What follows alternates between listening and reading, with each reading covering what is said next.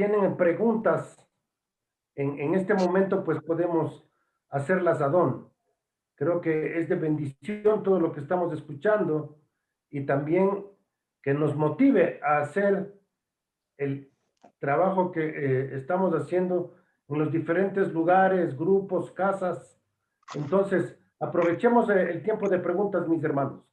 Hola, hola, buenos días. Mi nombre es Abraham, soy de México. Estoy escuchando ahí lo que nos comparte hermano Don Fanning. Estábamos hablando en el capítulo 4 del versículo número 8, donde dice, entonces Pedro, lleno del Espíritu Santo, les dijo a los gobernantes. Mi punto o mi pregunta es, nosotros como salvos, ¿cuándo es que somos llenos del Espíritu Santo? ¿Nosotros todo el tiempo estamos llenos del Espíritu Santo o simplemente cuando nos mantenemos compartiendo la palabra de Dios, haciéndolo bíblicamente, o en qué momento nosotros somos llenos del Espíritu Santo como salvos? Buena pregunta. Bueno, depende de cómo lo define lleno. Si están hablando de contenido, recuerda que el Espíritu Santo no está en un departamento de nuestra vida, está completamente unido con nosotros, fusido, como soldado a nosotros en forma completa. Y entonces, parte de esta llenura es nuestra reacción al Espíritu, como hay una expresión, se llama lleno de ira, lleno de envidia. Entonces, la persona que está llena de envidia o amargura o esas emociones, en otros pasajes hay que haga la misma palabra, pero con una emoción. Entonces, la persona está completamente controlado por esta emoción. Y entonces, el sentido de ser lleno de algo significa no en cuanto a cantidad del espíritu que uno tenga, no está como un vaso que está rebosando del espíritu, sino que está completamente controlado por el espíritu. Y esto parece que inicia en el momento que nosotros empezamos a poner en práctica, obedecer su palabra. Y recuerda que por eso yo escribo cada día siguiendo su senda, una descripción de un mandamiento. Y hoy está en Santiago 3:14, que es interesante. Pero la idea es que cuando uno empieza a ponerlo en práctica, el Espíritu Santo le da el poder de hacerlo. No es una experiencia que uno tenga, pero es un poder que uno puede depender de que esto va a suceder cuando yo inicio la obediencia. Entonces, cada vez uno de los señales más repetido en Hechos del llenura del Espíritu es cuando empiezan a hablar con denuedo, con libertad, sin vergüenza de hablar y decir que soy creyente, soy seguidor de Cristo y esto es el Evangelio. Y entonces yo creí en el Evangelio. Y, bueno, empieza a hablar y el Espíritu le da más entendimiento, las palabras para decir, y también el poder del Evangelio llega al corazón de la persona. Y esto es la llenura. No, la llenura del Espíritu no enfoque en experiencias, sino que en servicio práctico. Es que nos da la capacidad que nunca antes tuvimos este tipo de valor de hablar de cosas de Dios, pero ya con Cristo, ya de repente tenemos este valor de ser fiel y ser su como se dice, anunciador de lo que él hizo en la cruz por ellos. Pero el sentimiento es casi, si te acuerdas cuando prediques, capaz que antes estaba pensando un poco nervioso, pero al empezar a hablar, de repente tiene una libertad de hablar y ideas empiezan a venir a su mente, conceptos y pues esto no es natural, eso es algo que el Espíritu Santo está dándote en el momento. Y es lo que Jesús dijo de que cuando le trae antes del concilio, que no preocupe por lo que va a decir, que el Espíritu Santo le va a dar las palabras para que lo diga. Y esto no dice que no debemos prepararnos. Yo conozco a muchos que pretenden esto, porque no están ante un concilio. Eso es la promesa antes del concilio, cuando están perseguidos. Pero es la misma cosa cuando uno está predicando el evangelio, que las palabras van a venir, ideas van a venir y el valor de decir cosas francamente según la palabra. Si conozca la palabra y tenga la confianza en la palabra, no tiene vergüenza de decírselo. Entonces, esto es lo que la llenura produce y lo que es la llenura. Siempre está asociado con servicio a otros. ¿Ok? Muy bien. Ok, o sea que profesionalizándonos, como ahorita estamos en la clase para aprender más bíblicamente de la palabra de Dios, vamos llenándonos y si lo llevamos a la práctica, obviamente eso va a dar un reflejo en las personas de que qué es lo que tiene Abraham en su casa, por qué todo el tiempo está feliz, por qué es posible que a pesar de la situación, él prevalece de una manera diferente, ¿no? Oh, ya. Y cada uno de nosotros es diferente. Pero, por ejemplo, donde habla de esta llenura del Espíritu Santo está en Efesios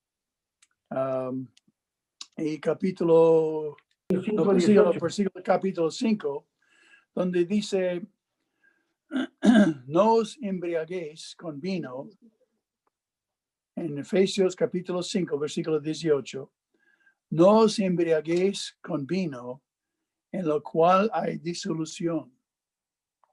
Antes bien, sed llenos del Espíritu. O sea que es una acción, un imperativo pasivo. ¿Sabes lo que significa pasivo?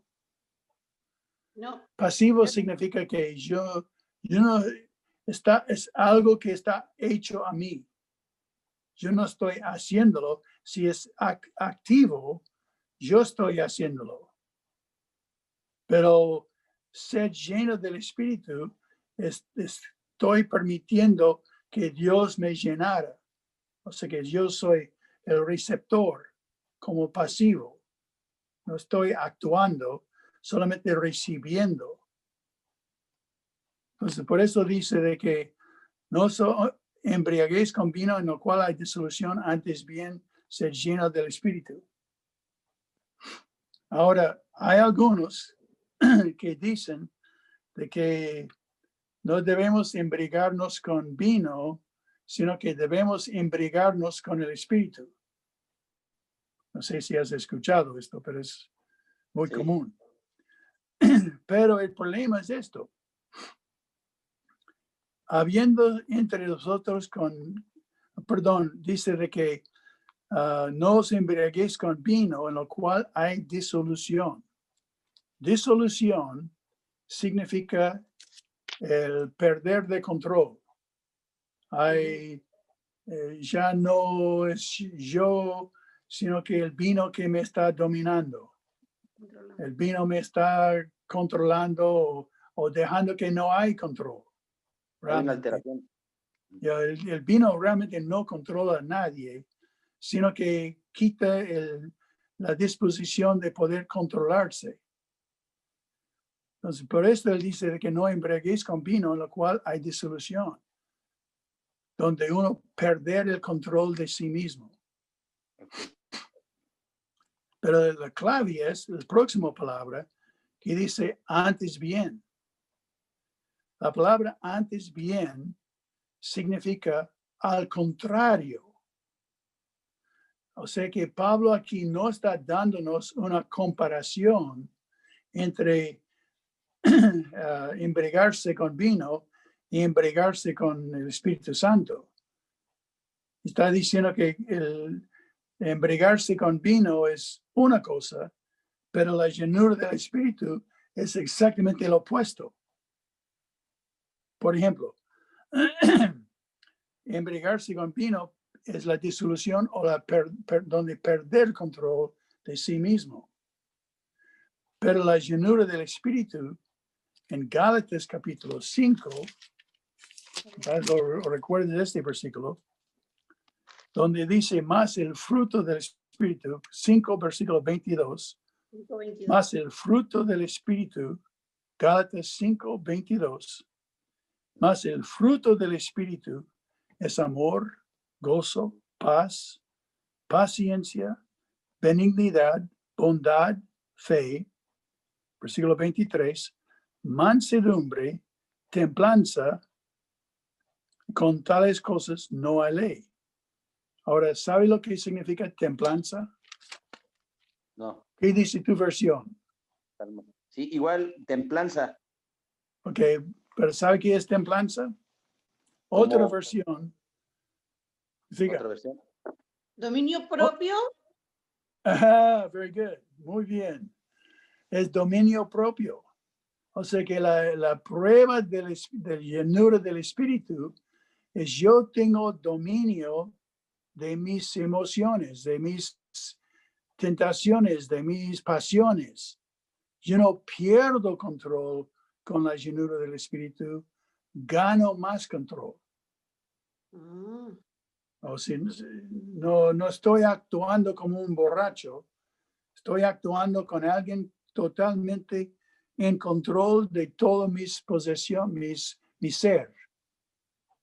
Eso es muy importante porque hay algunos que enseñan contrario, pero es porque no entienden lo que significa la palabra antes bien. Eso introduce algo, el opuesto. No están hablando de una comparación. Porque mire lo que sigue diciendo. En Efesios capítulo 5, versículo 19. Hablando entre vosotros, o sea que siempre la llenura del Espíritu van a producir el hablar. O sea que expresiones.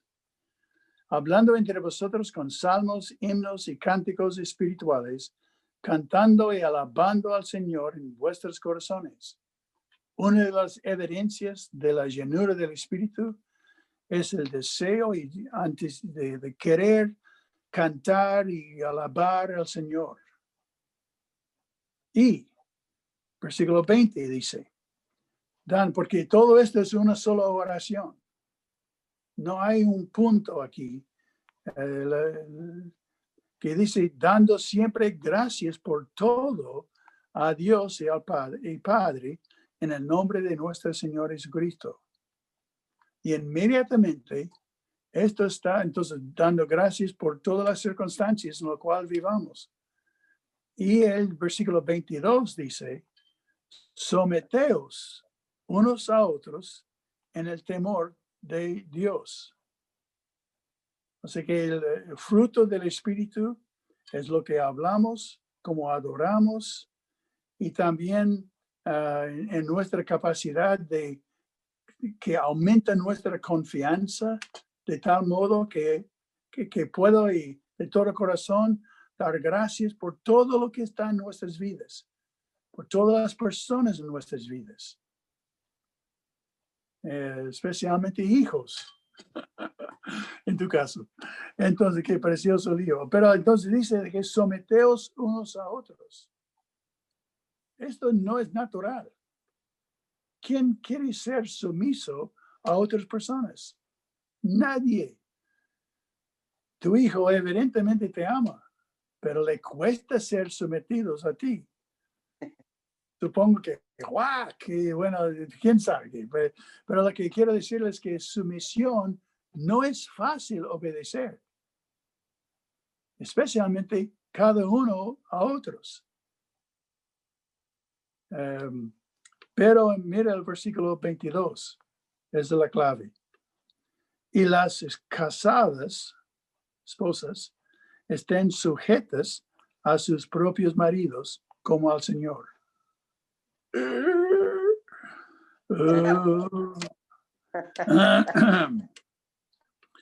Ahora, esto sí es difícil. Pero en cada paso que ella tome para someterse a su marido, esto es cuando la llenura le va a capacitar. Le va a dar victoria para ser obediente aquí. Ahora, quiero mostrarte un secreto aquí. Sé que no es Hechos, pero es algo de la llenura que es muy importante aquí. En versículo 22, en el griego, que fue el original, el verbo no está. En el original, esto es como se lee. Las casadas a sus propios maridos. ¿Qué a su marido? Estén sujetos. Pero ¿de dónde viene el sujeto? Viene del versículo anterior.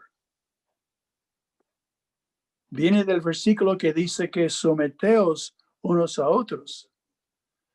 Esposas a sus maridos. Claro. Y luego en versículo 25 dice, maridos, aman a vuestras mujeres, tal como Cristo amó a la iglesia y se entregó a sí mismo por ella. El papel del marido es ser sumiso a las necesidades de su esposa y sacrificarse para suplir sus necesidades. No físicamente, no solo físicamente, pero emocionalmente. Su vida es dado para que ella llegue a ser la mujer de Dios que Dios quiere. Entonces, esa es la tarea del marido. Cuesta.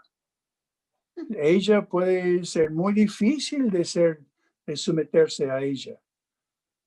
Bueno, ese es otro tema de cómo a las mujeres les gusta controlar. Pero la idea es esto, es que relaciones no son fáciles. Sirviendo al Señor no es fácil. Los mandamientos siempre nos empuje en una zona donde es difícil ser obediente. Y miles de excusas de ser desobedientes. Pero el creyente que se atreve de poner en práctica los principios bíblicos, cada paso que tome en esta dirección va a encontrar la llenura de poder hacerlo. Y esto es lo que el Espíritu hace. Poniendo el énfasis en los milagros y toda la bulla que hace, pierde todo el valor y sentido del Espíritu entre hermanos, entre familia. Igual que los hijos, en capítulo 6, versículo 1, dice que hijos, obedecer en el Señor a vuestros padres, porque esto es justo.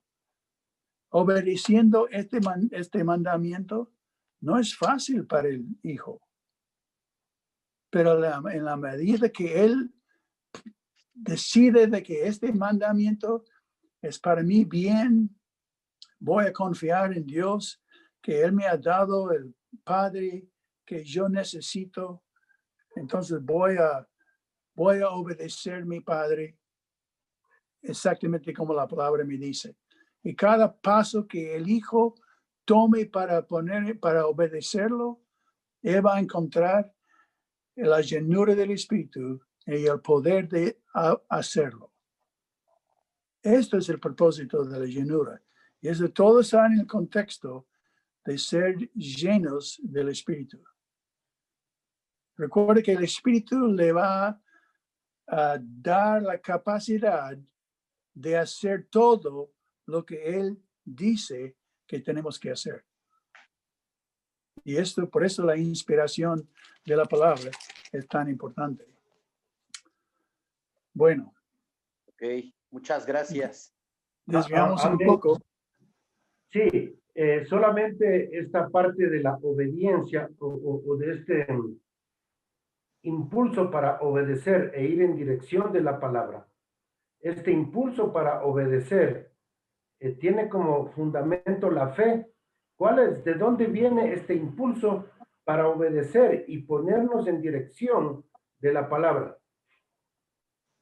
Exactamente. Ahora, siendo lleno, recuerde, no es una éxtasis, no es una emoción que uno, qué bueno que soy lleno. No, casi ni se da cuenta. Uno está lleno del Espíritu porque ya obedeciendo es fácil, pero no es una emoción, sino que una fluidez de vivir la vida cristiana, más o menos a la medida que estamos poniendo en práctica su palabra. Es diferente. Si las personas que buscan experiencias para sentir algo especial, muchas veces no obedecen lo que la palabra dice. Solamente tiene una experiencia, pero capaz no realmente la llenura. No estoy para juzgar, solamente para decir experiencias mías. Pero yo me acuerdo buscando esta experiencia, pero estaba en vano, que no es la forma que nosotros tenemos que vivir. Bueno, seguimos, si quieres.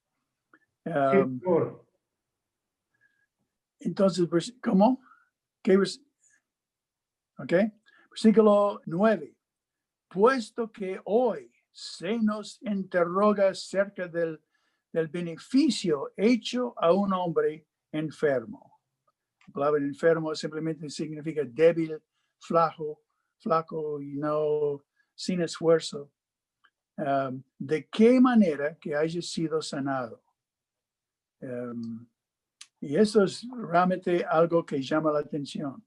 Lo que yo sugería de que esto obviamente es complicado tratando de ver algo similar a esto, si hablamos honestamente. No quiere decir que no debemos orar por enfermos, para nada.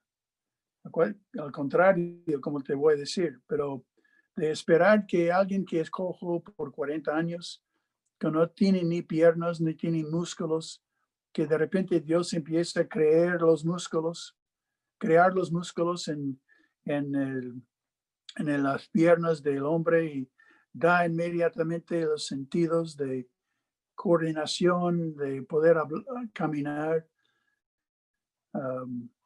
Esto es algo especial porque es un apóstol. Es lo que veremos de que cosas maravillosas han sido hechas por los apóstoles. Y si te acuerdas que habíamos visto en Hebreos 2, versículos 3 y 4, que los que oyeron a Jesús tenían una tremenda responsabilidad de poder confirmar la realidad de Cristo. Y esto es exactamente lo que estamos viendo. Bueno, entonces, versículo 13 sigue diciendo, entonces viendo el denuedo de Pedro y Juan, sabiendo que eran hombres analfabetos o sin letras, y del vulgo, digo, de gente común, la palabra en griego es idiotai, de lo cual tenemos en castellano idiota. O sea que gente común, se maravillaban y les reconocían que habían estado con Jesús por la forma en que ellos hablaban. Ellos conocían a Jesús, un grupo.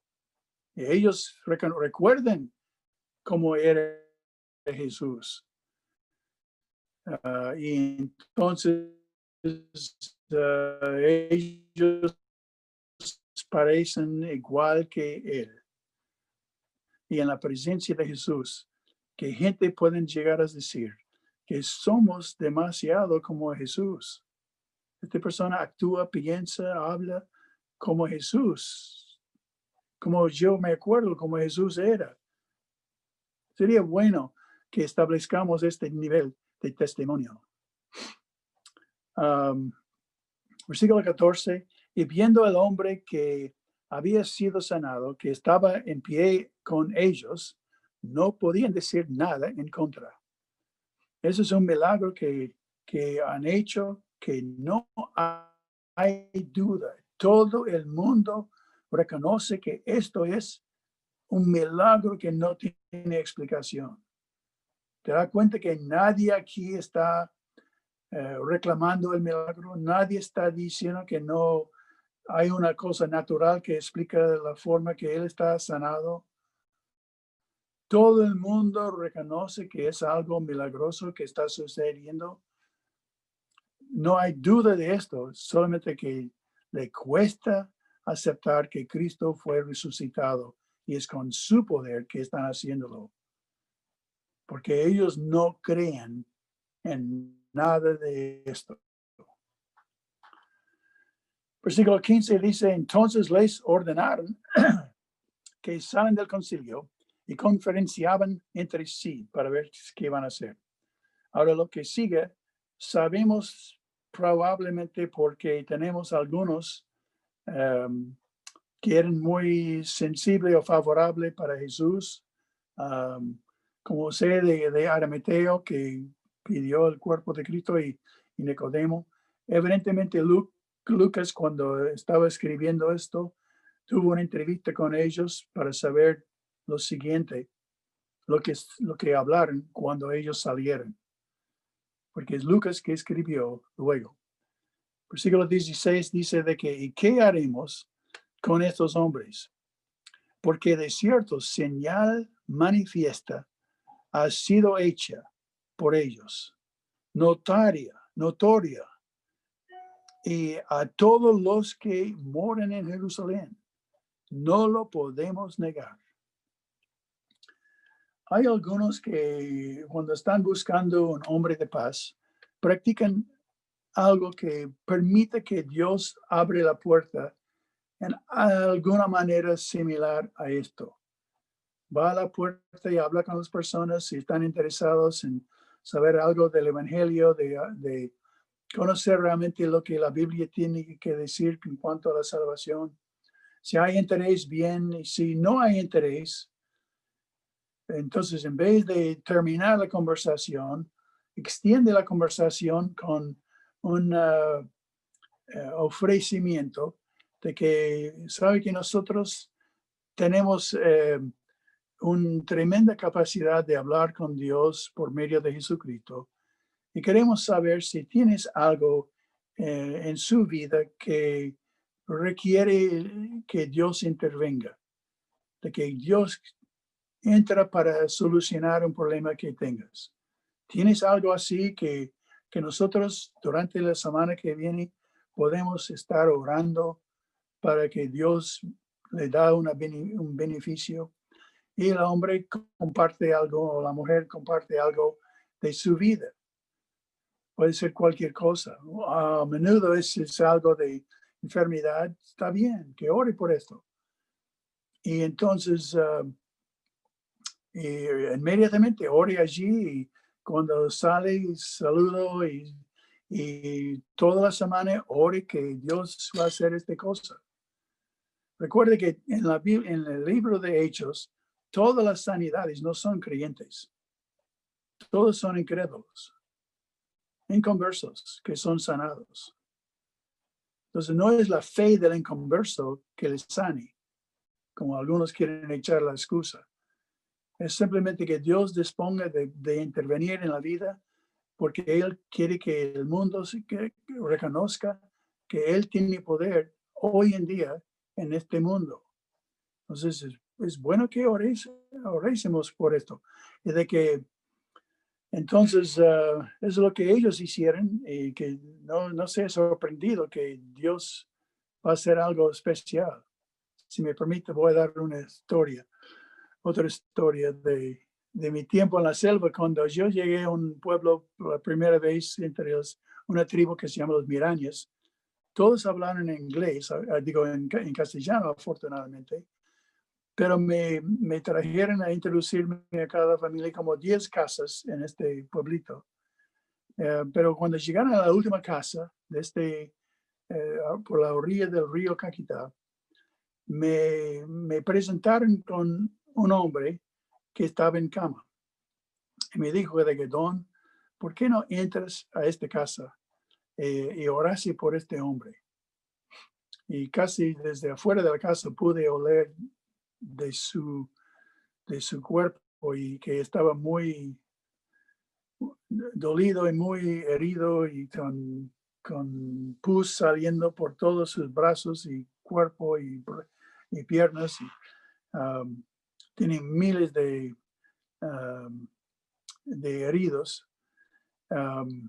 Entonces me contó que él había ido a Leticia 2 semanas en lancha para llegar al hospital en Leticia sobre el Amazonas. Y de que después de 2 meses en el hospital, los médicos dijo que no hay nada que nosotros podemos hacer. Más vale que vuelva a su casa y trate de descansar hasta que mueres. Y él acabó de llegar hace 2 semanas antes, cuando yo llegué a este pueblo. Entonces, mire, yo estaba, te confieso, muy nervioso. ¿No? Pensé que, oh, caramba, ¿qué van a hacer ahora? Entonces, pero lo entré y me senté al lado y agarré el mano de la persona. Estaba muy mal. Olía terrible de toda su infección. Pero le hablé un rato y le confesé de Cristo, de que Cristo le ama y que le quiere. Si me permite, quiero orar por que Dios intervenga en tu sanidad. Entonces, oré. Después de orar, abrí mis ojos para ver si estaba sanado y era idéntico como antes. Me sentí, oh, caramba, ¿qué voy a hacer ahora? Bueno, entonces, la semana que después, que iba a volver cada semana a este lugar, aterricé con la avioneta mía en la playa, enfrente del pueblo, entre los mirañas, y me di cuenta de que cuando aterricé, como 3 o 4 canoas estaban a remo para llegar a donde yo estuve. Y vino gritando, etc. Entonces, ¿qué pasó con ellos?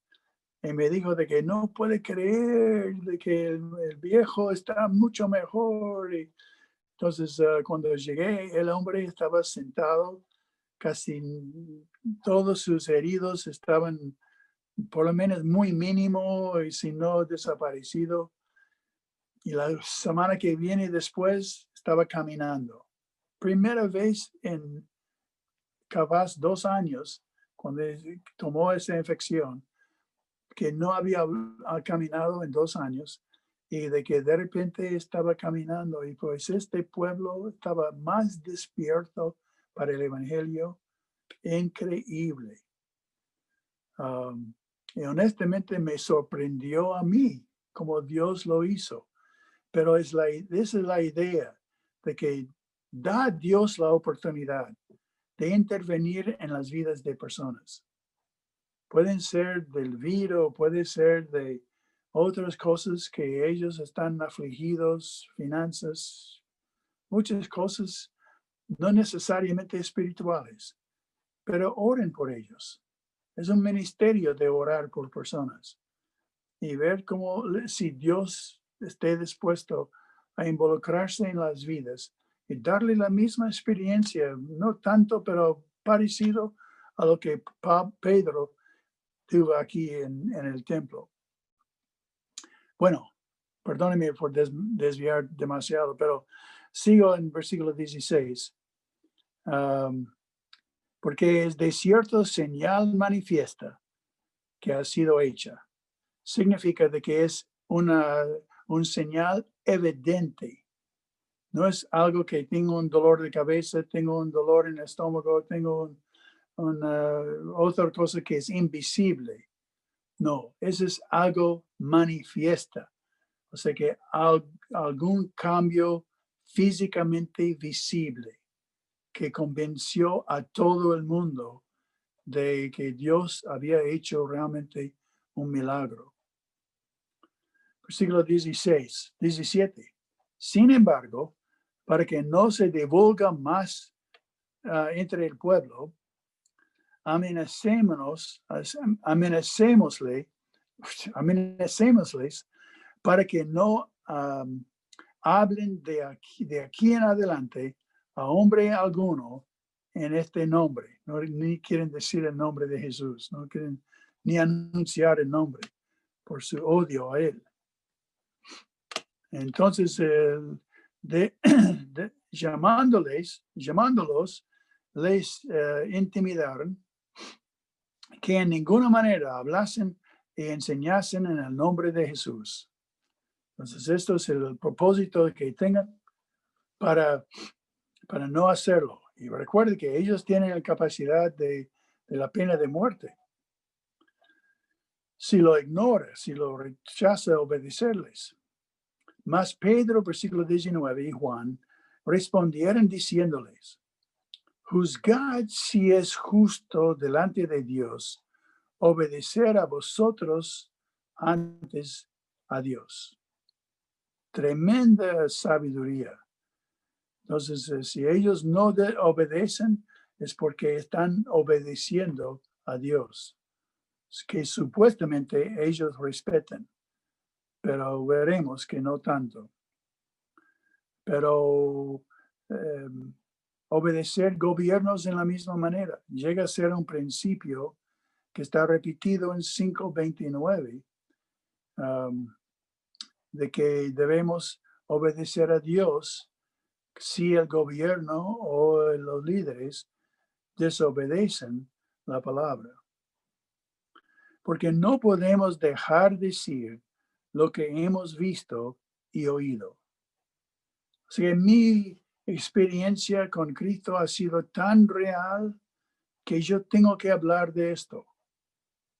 No es que estoy dudando mi relación, es que no, pero capaz uno de los problemas más serios que tenemos en las iglesias es que nuestro encuentro con Dios no ha sido muy dramático, no ha sido más que aceptando lo que la palabra dice. Capaz no había mucha emoción en el momento y entonces no empieza a dudar su mensaje. O sea que si uno está poniendo su confianza en Cristo, según la palabra, es muy bueno, pero si no tiene una emoción, muchas veces no tiene la motivación de compartirlo. Pero la idea aquí es que no es que ellos tenían emociones, sino que ellos vieron cosas y escucharon cosas. Entonces, lo que ellos vieron es lo que está escrito en la palabra. Lo que ellos oyeron es lo que está escrito en la palabra. O sea que tenemos la misma perspectiva que ellos tienen si llegamos a realmente creer la palabra como si fuese hecho por Jesucristo. Y aceptamos lo que Él dice exactamente como si estuviésemos ahí mismo escuchándole. Y así es como cuando leemos la palabra, cómo tenemos que enfrentar la palabra. No buscando una experiencia extra, solamente lo que vemos en la palabra, lo que escuchamos de las palabras, es lo que tenemos que hablar. Todo depende de nuestra confianza, si puedo explicarlo así. Si lo que vemos en la palabra, si lo que vemos y escuchamos de la palabra es igual real a nosotros, si estuviésemos allí con los discípulos, viendo y escuchando la misma cosa. O sea que todo depende de nuestro respeto a lo que es la palabra de Dios. Es el privilegio de poder estudiar la palabra. Entonces, él sigue diciendo en versículo 21, ellos entonces les amenazaron y les saltaron, no hallando ningún modo de castigarles, de castigarías por causa del pueblo, porque todos glorificaban a Dios por lo que se había hecho. Recuerde que están en el templo. En Sanhedrin está el muro al norte del templo, es donde está edificado el Sanhedrin. O sea que alrededor del Sanhedrin afuera hay una multitud de personas parado en el templo esperando lo que los sacerdotes van a decidir. Lleno de gente. Entonces, todos allí están glorificando a Dios por lo que Él ha hecho. Lo que quiero decir es la palabra glorificar significa simplemente que Dios es manifestado y evidente. Entonces, cuando en el caso aquí, no hay otra razón de este hombre puede ser sano, sino que Dios intervino y Dios hizo algo. Dios fue manifestado. Todo el mundo lo reconozca. Y el reconocimiento de la realidad de Cristo, esto es lo que significa glorificar. Que yo veo la mano de Dios en cosas. Esto glorifica a Dios. ¿Cómo está tu evaluación de tus circunstancias? ¿Puedes ver la mano de Dios en tu vida? Si puedes ver lo que Dios está haciendo, muchas veces es difícil. A veces tiene que tomarlo por fe. A veces ya de repente las cosas suceden justo como deben suceder y uno ve la mano de Dios. Entonces, esto es cuando reconoce la mano de Dios, esto es lo que significa glorificar a Dios. Vemos que 22, que ya que el hombre en quien se habla, que se había hecho este milagro de sanidad, tenía más de 40 años. Imposible. Mencionado aquí por la imposibilidad natural de que haya una explicación. Viste que especialmente en lo imposible, es cuando más Dios está glorificado. 23 dice que puestos en libertad, vinieron a lo suyo, contaron todo lo que los principales sacerdotes y los ancianos les habían dicho. No sé exactamente dónde esto ocurrió. Uno supone que muy posible que había muchos grupos de gente afuera del Sanhedrin y capaz que habían grupos de los creyentes que estaban allí y se congregaron alrededor de él y empezó a contar las historias. Y versículo 24, y ellos habiendo oído, alzaron unánimes la voz a Dios y dijeron, soberano Señor, tú eres el Dios de que hiciste el cielo y la tierra. O sea, creacionistas, no evolucionistas. Y el mar y todo lo que en ellos hay. Que por boca de David, tu siervo, dijiste, ¿por qué se amontinan las gentes? Y los pueblos piensan cosas vanas. ¿Por qué? Es tan obvio que Cristo es real. ¿Por qué la gente no quiere escuchar? Buena pregunta. Es probablemente por el espíritu de anticristo. Es el espíritu de demonios que están arruinando sus mentes. 26. Se reunían los reyes de la tierra, los príncipes, se juntaran en uno contra el Señor y contra su Cristo. Pues ese es Salmos 2, versículos 1 y 2. Están hablando de Cristo y David está escribiéndolo, pero realmente están hablando de cosas mucho mayor. No solamente en la venida de Cristo en la primera vez, están especialmente apuntando a la segunda vez que Cristo venga y todos los sobrevivientes de la tribulación van a congregar y reunir para destruir a Israel. Versículo 27, porque verdaderamente se unieron en esta ciudad contra tu santo Hijo Jesús, a quien ungiste, Herodes y Poncio Pilato, con los gentiles y con el pueblo de Israel, todos culpables, para hacer cuanto tu mano y tu consejo habían antes determinado que sucediera. Y ahora, Señor, mire tus amenazas y concede a sus siervos con todo denuedo hablen tu palabra. Viste, la llenura del Espíritu siempre está relacionada con la denuedo en quien hablamos de la palabra. 30, mientras que extiendes tu mano para que hagan sanidades y señales y prodigios mediante el nombre de tu santo Hijo Jesús.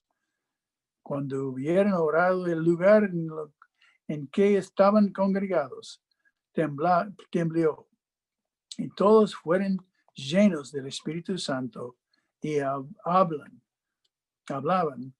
con denuedo la palabra de Dios. Otra vez, la llenura del Espíritu está relacionado con nuestra libertad de hablar libremente el Evangelio. Ahora, una cosa que quiero mencionar en versículo 28 es que tu consejo habían antes determinado que sucediera. Esto no significa que Dios está forzando a la gente que estas cosas suceden. La palabra es proorizo, simplemente que predeterminó, no predestinó, sino que predeterminó. El concepto de predestinación viene del latín, no viene del griego. En el griego usa la palabra proorizo, que significa que Dios determinó que Cristo iba a venir y de que Él tenía que morir por los pecados del hombre. De que sabiendo lo que iba a suceder, justo, por esto dicen Gálatas, justo a tiempo, en el tiempo preciso, cuando Dios supo la gente que estaba en control, cómo la gente iba a responder, es la presciencia de Dios que domina. Miren el primero de Pedro, segundo de Pedro. El primero de Pedro, capítulo 1, versículo 2, dice, elegidos según la presencia de Dios, Padre, en santificación del Espíritu, para obedecer y ser rociado con la sangre de Jesucristo. Gracias y paz os sean multiplicadas. La idea de que somos elegidos por la presencia de Dios, no la predestinación de Dios. La diferencia es que Dios conoce todas las cosas que van a suceder y todas las cosas que pudiera suceder. La presciencia es mucho más amplio, mucho más grande que aún la soberanía de la predestinación. Porque en la predestinación hay una sola cosa que puede suceder. Las cosas que Dios obliga, que Dios hace que suceda. Pero con la presencia, es que Él conoce antemano todas las opciones que el hombre va a decidir.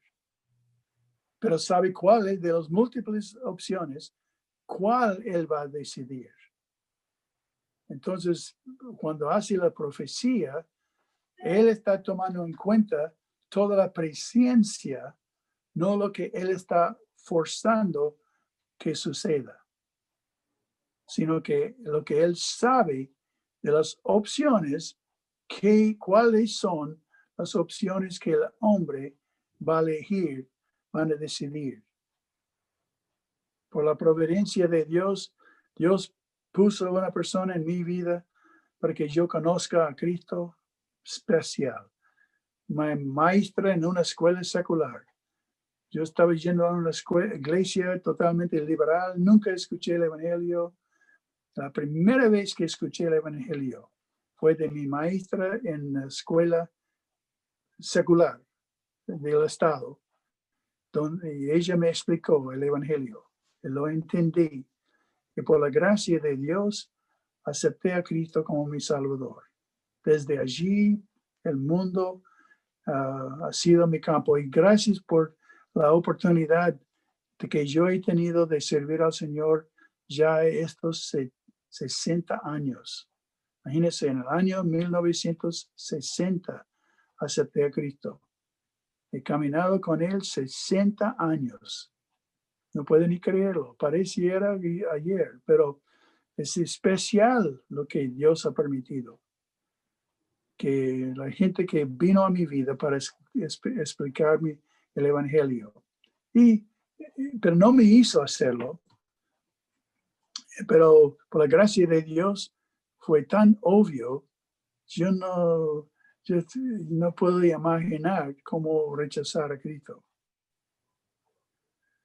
Bueno, debemos parar allí próxima vez, porque en versículo 32 comienza realmente el contexto de Ananías y Zafira, y vamos a hablar de esto la próxima vez.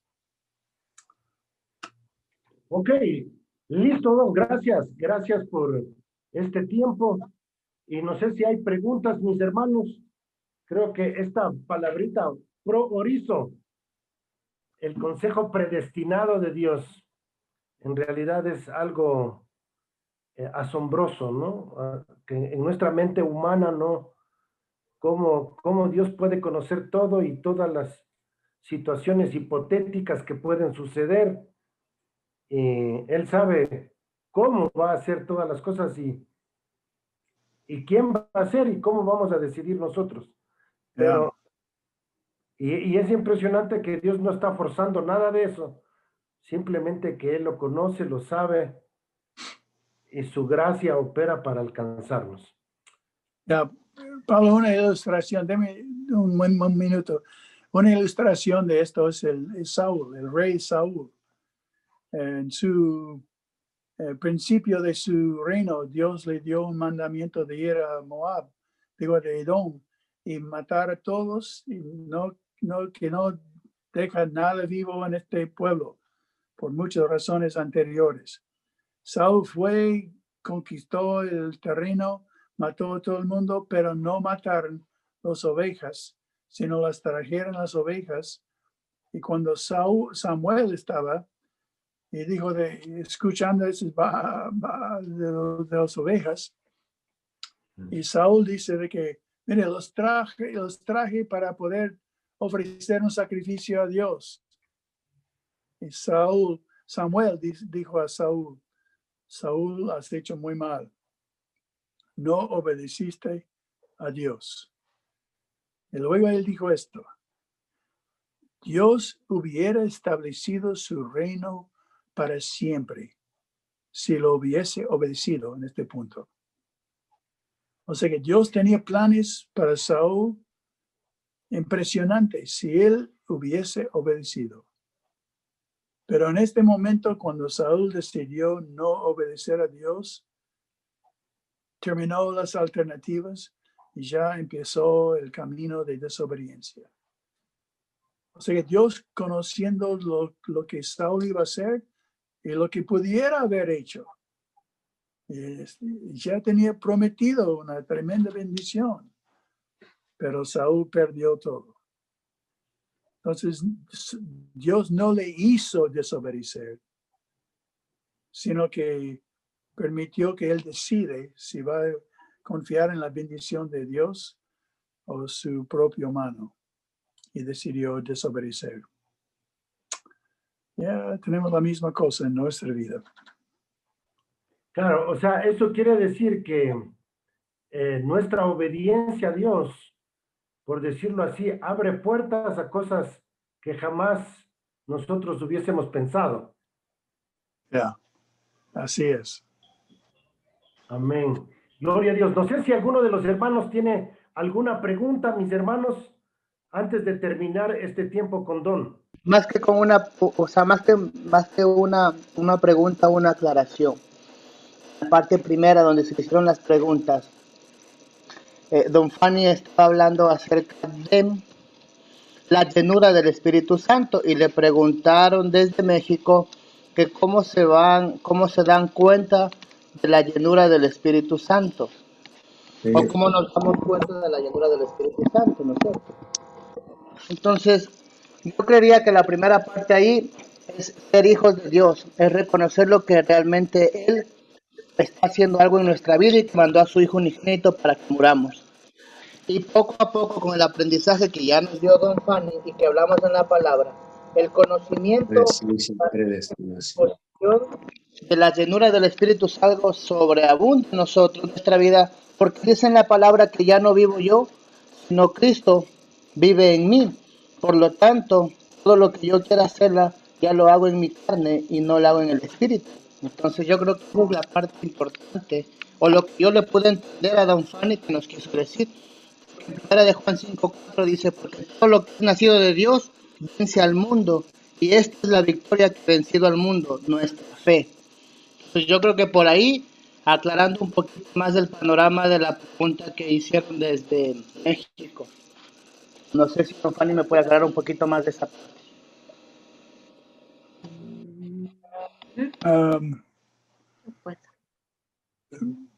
Yo no entendí exactamente lo que quiere decir de la diferencia, pero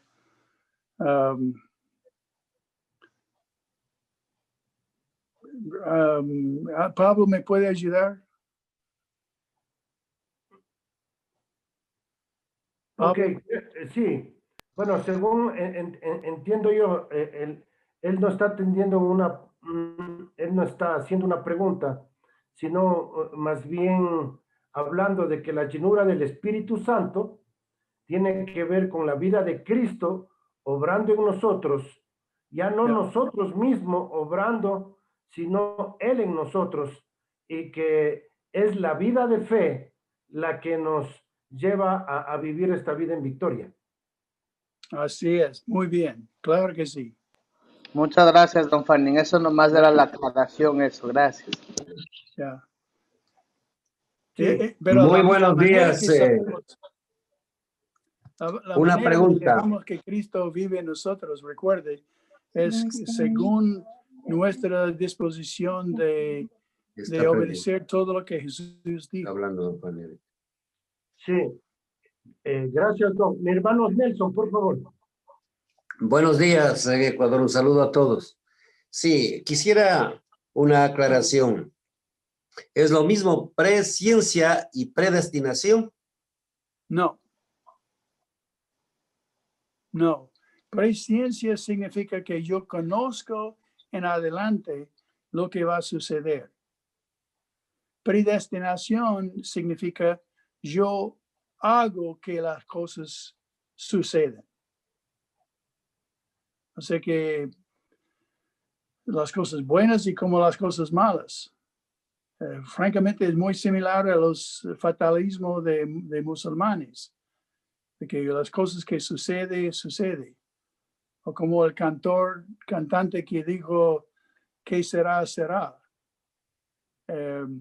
La idea de predestinación significa que Dios hace que cada cosa que ocurre exactamente según su voluntad. No hay libertad del hombre. El hombre simplemente es un pupitre, un muñeca de que Dios está manejando. Bien para los salvos y malos para los inconversos. Pero en tu presciencia significa simplemente que Dios conoce el futuro, conoce todas las cosas que van a suceder. Y Él a veces interviene para ciertas cosas, pero normalmente simplemente Él conoce las cosas que van a suceder en el futuro. Y la palabra no significa que Él está haciendo las cosas que suceden. O sea que si yo conozco que fulano va a aceptar a Cristo, siendo Dios, pero no es que yo obligue o fuerza o yo hago que él acepte a Cristo. Pero conozco el futuro de que si alguien llega a él con el evangelio, él va a aceptar a Cristo. Él conoce las personas que van a aceptar a Cristo si escuchan el evangelio, pero no los obliga o fuerza para hacerlo. Eso sé que la palabra habla de que es la decisión del hombre, es su propio corazón y voluntad que motiva a la persona para aceptar a Cristo. No es la mano fuerte de Dios que obliga que lo haga. Entonces, predestinación en primer lugar no viene de una palabra griego, viene de la traducción en latín. Es la palabra predestinate, que viene de latín, de la versión del Vulgato, que fue lo que usó Agustín en su teología de determinación, de que todas las cosas son predeterminadas. Esto es la idea de predestinación.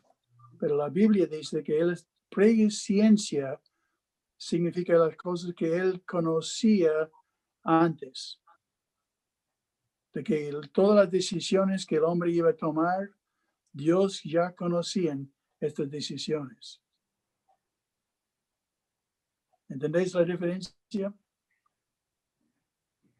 Sí. Amén. Muchas gracias, don Fanny.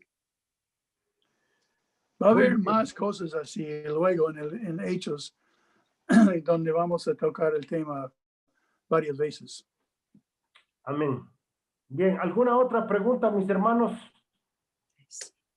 Gracias. Buenos Sí. días, Pablito. Buenos días, don Fanny. Qué gusto. Buenos Buenos días. días a todos los hermanos. Les saludo con la paz del Señor. Un gusto grandísimo en mi corazón poder escuchar esa palabra tan llenadora, tan controladora como es el Espíritu Santo. Jesús mismo fue al cielo para enviar al Consolador, al Espíritu Santo. Amén. ¿Por qué? ¿Y qué significa, no? Nosotros vamos a estar dinamizados por el Espíritu Santo, controlados, llamados a animar.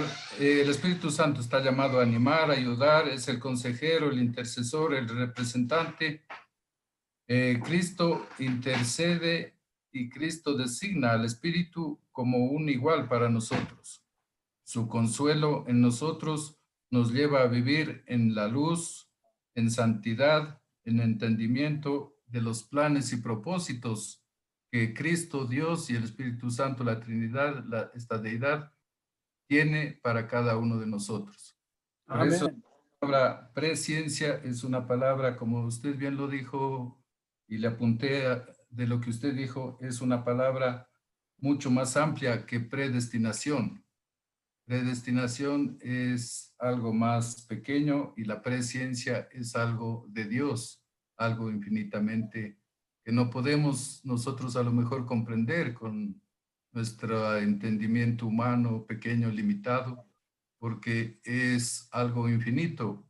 Él sabe las opciones, Él sabe cuándo vamos a elegirlo a Cristo como nuestro, vamos a aceptarlo como nuestro Señor y Salvador. Él sabe todos los movimientos de toda la humanidad, de los 8,000 millones casi que somos de humanos. Entonces, es increíble, ¿eh? Una cosa inmensa, una cosa muy grande lo que es Dios.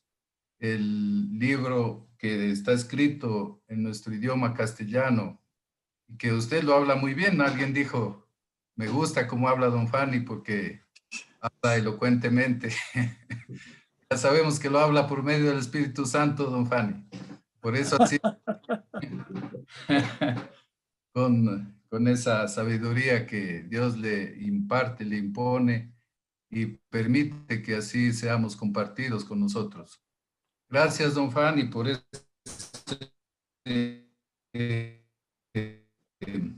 esa alegría que nosotros como ecuatorianos, aquí en Quito, a una altura tan alta, con menos oxígeno, pero sin embargo con el suficiente para nuestras neuronas, nuestras células, Gracias, para gracias. poder Gracias, captarle y hermano. entenderle en el espíritu. Gracias. Bien. Gracias, don Fanny, muy amable, Dios le pague, Dios le bendiga eternamente y Amén. Gracias, hermano. hasta que Dios nos arrebate. Amén, amén. Amén. Amén. Gracias. Bien, ¿algún otro hermano? Parece que Gen quería hablar. Sí, aló, buenos días con todos mis hermanos. ¿Qué tal, Pablito? Buenos días, Don. Qué gusto Buenos saludarte. días. Jen, te saludo. Dentro de todas las cosas, me gustaría preguntarte algo, ¿no? Tú mencionas que evidentemente hay una diferencia entre en la iglesia en casa específicamente. No debemos dedicarnos a evangelizar, sino a compartir el evangelio.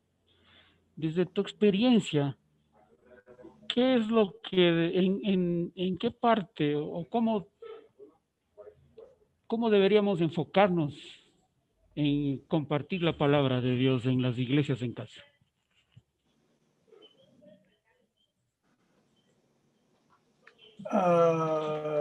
Bueno,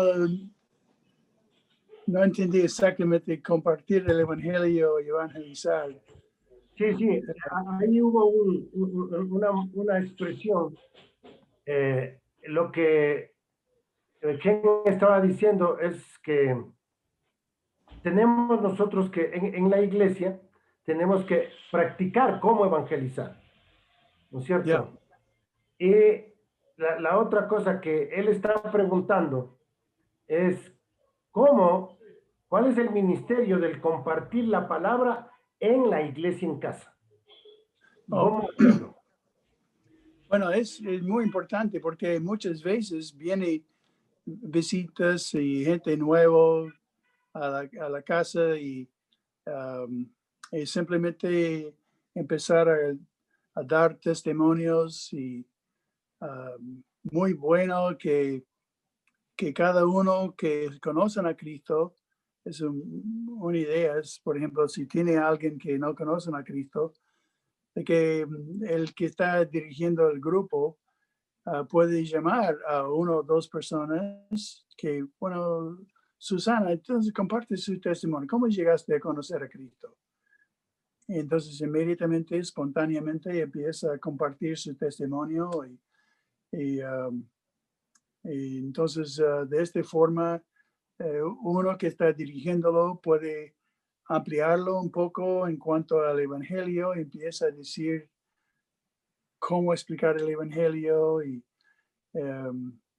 entonces puede preguntar si alguien tiene dudas en cuanto a su relación con Cristo, si no ha recibido a Cristo, será que le interesa saber más en cuanto a esto. Pero normalmente el evangelismo supuestamente debe ocurrir no en el grupo, aunque no digo no debe ocurrir. Evangelismo debe ocurrir donde hay inconversos. Si está en la casa de visita o en el vecindario cuando está conversando con personas. Las iglesias en casas crecen donde hay más evangelismo. Si el evangelismo ocurre en el grupo, es factible y a menudo ocurren, pero mucho del evangelismo fuera del grupo es donde debe ocurrir. estamos acostumbrados en las iglesias tradicionales que el que predique es el que normalmente presenta el evangelio. Y los oyentes simplemente escuchan, pero no presentan el evangelio ellos. En las casas, todos deben estar preparados tanto para dar su testimonio como si quiere que llamara a cualquier persona que ha asistido unos meses, que ¿por qué no practica el evangelio, José? Y decirlo hoy, por ejemplo. O sea, que tener un tiempo para repasar el evangelio, como si fuese algo normal en sus discursiones. O sea, que haciéndolo más normal, en vez de algo planeado, puede que tenga más impacto. Pero las personas nuevas siempre pueden dar su testimonio, o en la manera en que se introduce a alguien nuevo, puede simplemente decirnos, bueno, José, gracias por venir y nos queremos conocerle. ¿Por qué no compártenos algo de su historia y lo que conoces de Cristo? Porque por eso hablamos, por eso reunimos. Compártenos lo que conoces de Cristo y lo que Él vino para hacer por nosotros. Entonces empieza a dar su historia y de repente en la forma en que Él habla de Cristo es obvio que conoce a Cristo o es obvio que no conoce a Cristo. Entonces estamos aquí para ayudarle y si quiere podemos ayudarte a conocer a Cristo más completo, más en una forma real. Si te interesa, etcétera, bueno, de alguna manera usarlo, pero en conversaciones naturales en el grupo es muy fácil para no darle vergüenza en frente de todo el mundo. Sí, O sacarlo del grupo y hablar con él en privado. Sí, la otra cosa, y creo que también la idea de Gen es la enseñanza de la palabra en la iglesia en casa. ¿Cómo llevarlo a cabo? Ya la enseñanza misma de la palabra. Bueno, en lo que hacemos nosotros, Pablo, ¿has hablado de los 3/3? Sí. La mayoría está familiarizado con eso. Ya, entonces nosotros no hacemos que alguien enseñara. No hay predicación, es simplemente discusiones o positivamente charlas, pero sigamos con las 6 preguntas. Siempre tenemos un pasaje que vamos a tocar y las 6 preguntas tienen que ver con qué dice el que está dirigiendo, hace la pregunta, ¿qué dice el texto en cuanto a Dios? Entonces, todas las características que el pasaje revela en cuanto a cómo es Dios, la gente contribuye. Y si no saque todo lo que uno ha visto, puede ser otra pregunta en cuanto, pero versículo 3 dice algo de Dios. ¿Qué es que vemos aquí del carácter de Dios? O sea que forma de que todo el mundo participe en la discusión. Y luego, ¿qué dice del hombre? ¿Qué en el pasaje hay algo que el pasaje insinúe o enseña del carácter o naturaleza del hombre? De que es egoísta, pecador, bueno, etc. Entonces, se puede hacer la pregunta de todo el mundo, identifique con esto y ya, entonces, de Dios. Y luego tiene que hay un pecado mencionado en el pasaje que tenemos que evitar. Entonces, leyendo el pasaje, se da cuenta de un pecado y todo el mundo reconoce que ese es un pecado, lo que están hablando en el texto. Y luego dice, puede preguntar entonces que hay un mandamiento en el pasaje que tenemos que obedecer. No todos los pasajes, especialmente narraciones o historias, van a tener mandamientos que tenemos que poner en práctica. Los pasajes más didácticos, como las epístolas, ellos van a tener más probabilidad de que haya mandamientos para obedecer. Pero siempre hace la pregunta, todo el mundo buscando un mandamiento, solo la búsqueda es bueno. Luego de esto puede ser que hay un ejemplo que tenemos que seguir o debemos seguir de una persona en la narración o algo mencionado que nos deja un ejemplo que sería bueno que implementamos este tipo de acción porque hay otras descripciones o mandamientos de esto. Y luego último es que promesa. Hay una promesa en el pasaje que nos da una confianza y que en lo cual podemos reposar. Entonces, al hacer este tipo de análisis del pasaje, entonces todo el mundo está anotando lo que ellos tienen que hacer. El objetivo de la reunión es salir con una convicción de lo que tenemos que hacer esta semana para practicar la palabra. En vez de ser oidores de la palabra, estamos tratando de procurar ser hacedores de la palabra. Y la forma de ser hacedor es tomar decisiones específicas de lo que esta semana voy a practicar y compártelo con el grupo. Por eso, más pequeño el grupo, mejor. Entonces, esto llega a ser el tema de la oración, el uno por el otro, en la semana que viene. Muy específico, orando que fulano hable con su suegro de algo que había ofendido, etc. Lo que el Espíritu le revela en su corazón de lo que tiene que hacer para practicar lo que están estudiando en la palabra esta semana. Esto es la fuerza del grupo. Amén. Gracias, Sí. gracias. Amén. Gracias, Don. Esto es lo que nosotros hacemos y lo conocemos aquí en Quito como el método de la espada, las llamamos nosotros, y lo identificamos fácilmente, ¿no? Entonces, sí, muchas gracias por eso, porque se reafirma también, ¿no?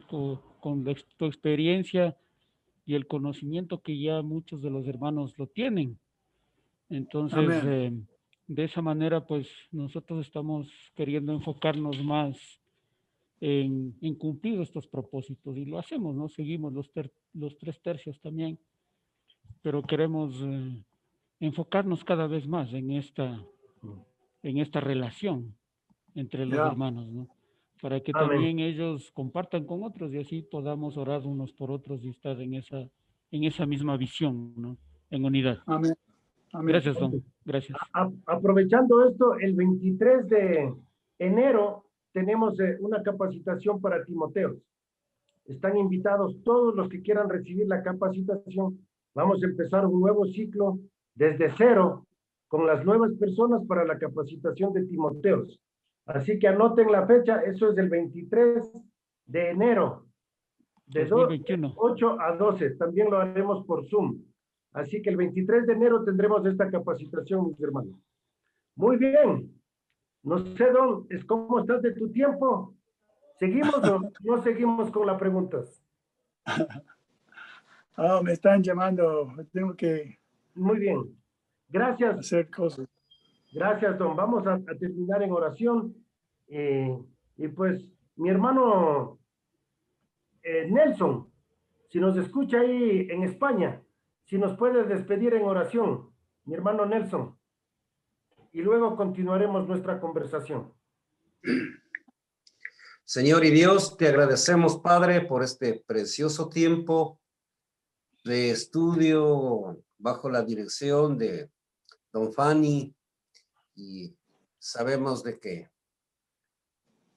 todo toda enseñanza que está relacionada con la palabra de Dios nos permite crecer y poder tener suficientes argumentos y conocimiento de la palabra para poder explicar a otros, nutrirnos nosotros y poder también ayudar a otros.